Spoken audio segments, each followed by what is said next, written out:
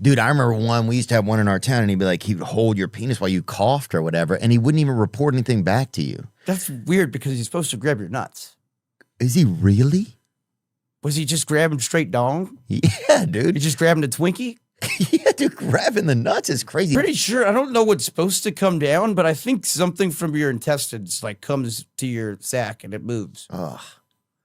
If somebody grabs my nuts while I'm trying to fucking sneeze, I'll fucking punch them. I feel like that's like a trend though that they don't do anymore. I don't feel like you have to go to school and they don't